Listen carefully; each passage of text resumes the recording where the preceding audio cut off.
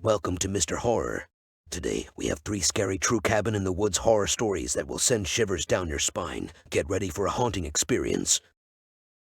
It was supposed to be a peaceful weekend getaway for Sarah and her friends. They had rented a cabin in the woods, far away from the noise and stress of the city. But as soon as they arrived, Sarah felt a sense of unease.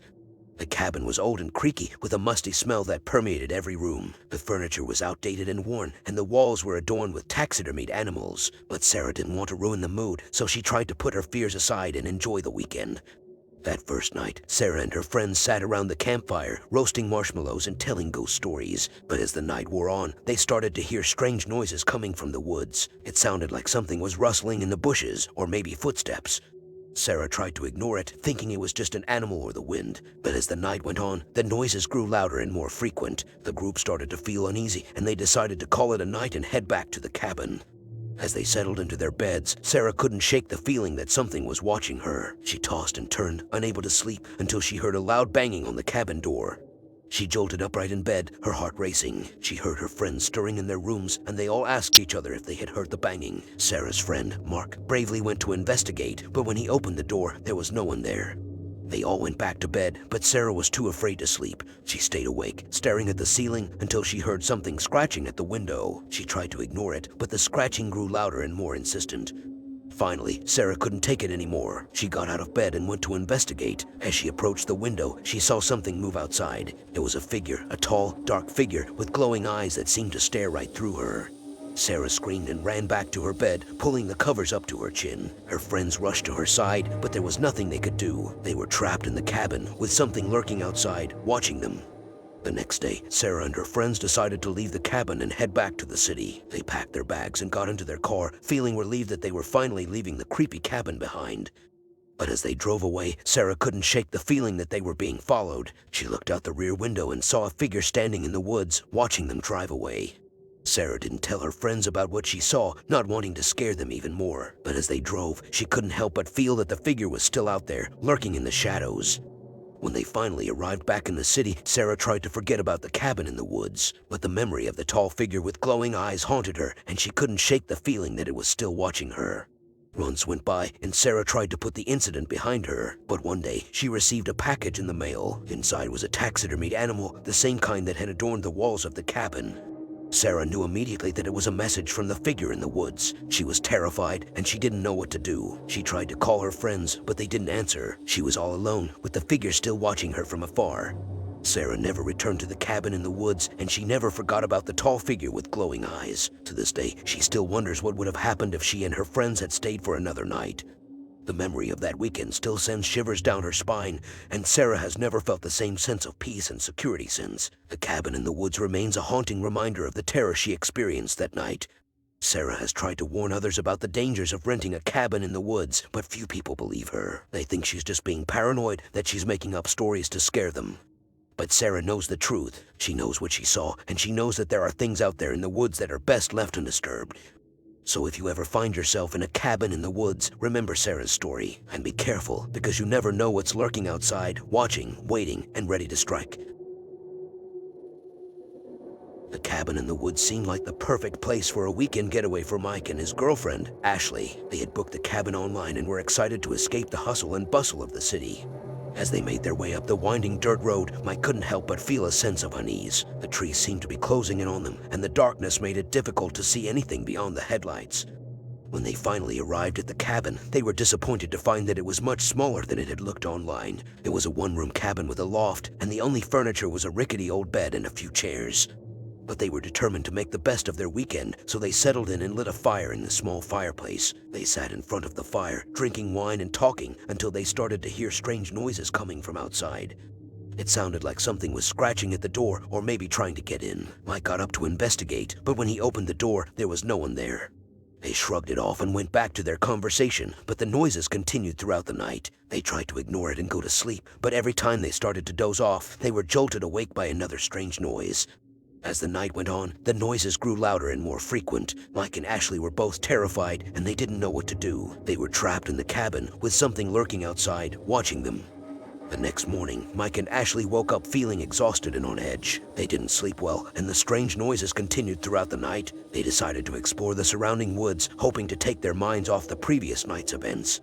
As they walked deeper into the woods, they stumbled upon an old abandoned shack. It was dilapidated and covered in vines, and the door was barely hanging on its hinges. Despite the creepy appearance, Mike and Ashley couldn't resist the urge to explore.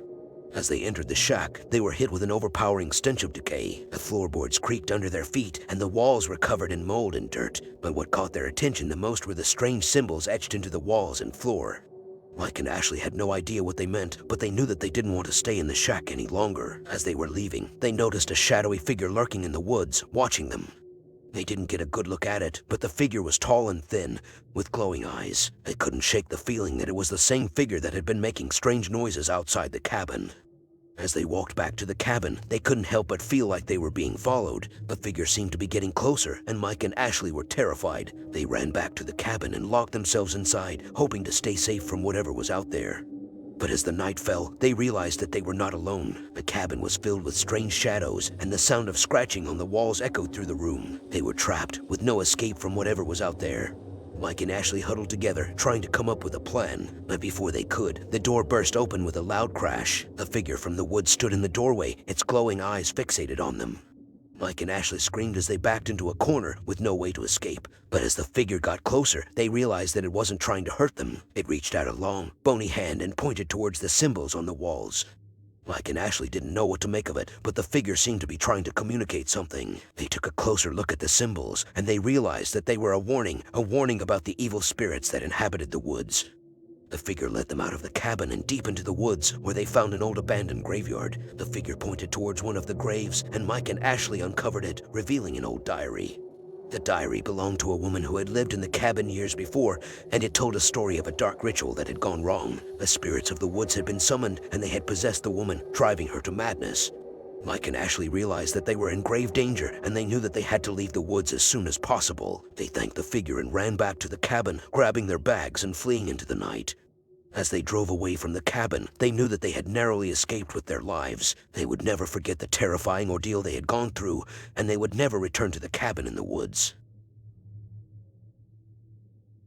John and his wife, Maria, had always talked about getting away from the stresses of their daily lives and enjoying a peaceful weekend in nature. So, when they stumbled upon a beautiful cabin in the woods online, they knew it was the perfect opportunity to finally take that break they had been longing for. They drove for hours to reach the cabin, deep in the heart of the forest. As they made their way up the winding road, they were amazed by the beautiful scenery around them. The trees towered high above them, and the sunlight filtered through the leaves, casting a warm glow on everything around them. When they finally arrived at the cabin, they were delighted to see that it was even better than the pictures they had seen online. It was a cozy little cabin with a beautiful porch that overlooked the forest. As they settled in for the night, John built a fire in the fireplace while Maria prepared a delicious meal. They spent the evening enjoying each other's company, drinking wine and talking about their plans for the weekend. But as the night fell, they began to hear strange noises coming from outside. It sounded like footsteps, but there was no one around. They brushed it off, thinking it was just an animal wandering through the woods. However, the noises continued throughout the night, becoming more and more frequent.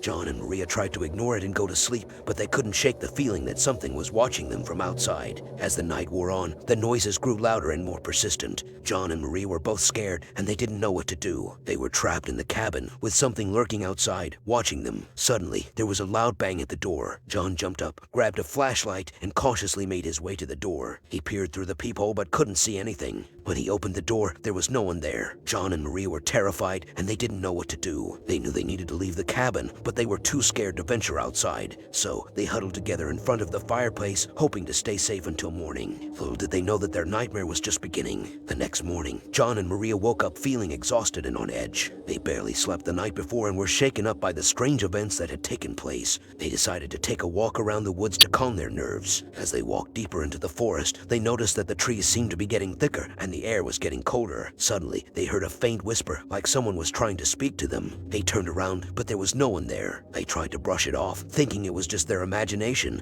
but the feeling of being watched lingered. As they continued their walk, they stumbled upon an old abandoned cabin. Unlike their cabin, this one was in ruins with broken windows and a rotting roof. Despite its appearance, they couldn't resist the urge to explore. As they stepped inside, they were hit with an overpowering stench of decay. The floorboards creaked under their feet, and the walls were covered in mold and dirt. But what caught their attention the most were the strange symbols etched into the walls and floor. John and Maria had no idea what they meant, but they knew that they didn't want to stay in the cabin any longer. As they were leaving, they noticed a shadowy figure lurking in the woods, watching them. They didn't get a good look at it, but the figure was tall and thin, with glowing eyes. They couldn't shake the feeling that it was the same figure that had been making strange noises outside their cabin the night before. As they walked back to their cabin, they couldn't help but feel like they were being followed. The figure seemed to be getting closer, and John and Maria were terrified. They ran back to their cabin and locked themselves inside, hoping to stay safe from whatever was out there. But as the night fell, they realized that they were not alone. The cabin was filled with strange shadows, and the sound of scratching on the walls echoed through the room. They were trapped, with no escape from whatever was out there. John and Maria huddled together in fear, waiting for the morning to come. But the night seemed to stretch on forever, with no sign of daylight. Finally, they heard a faint voice calling out their names. At first, they thought it was just their imagination, but the voice grew louder and more insistent. They cautiously made their way to the door, and as they opened it, they saw a group of people standing outside. They were dressed in old-fashioned clothes and looked like they had just stepped out of a different time. One of the people stepped forward and introduced himself as the caretaker of the woods. He explained that they had unknowingly stumbled upon a cursed land where the spirits of the forest had been disturbed. The caretaker told them that they had to leave immediately if they wanted to escape the spirits' wrath. He gave them a piece of paper with an ancient chant written on it and told them to recite it as they left the forest. John and Maria quickly gathered their belongings and followed the caretaker's instructions. As they recited the chant, they felt a sense of relief wash over them. The feeling of being watched disappeared, and the forest seemed to come back to life. They drove back to the city, grateful to have escaped the horrors of the woods. But they knew that they would never forget the terror they had experienced in the cabin in the woods. From that day on, they made sure to do their research before going on any more adventures. Thanks for watching these 3 true cabin in the woods horror stories. If you enjoyed this video, please give it a thumbs up and consider subscribing to our channel for more spine-tingling content. Don't forget to hit that bell icon to get notified of our latest uploads. And if you have any ideas for future videos, please let us know in the comments below. Thanks again for watching.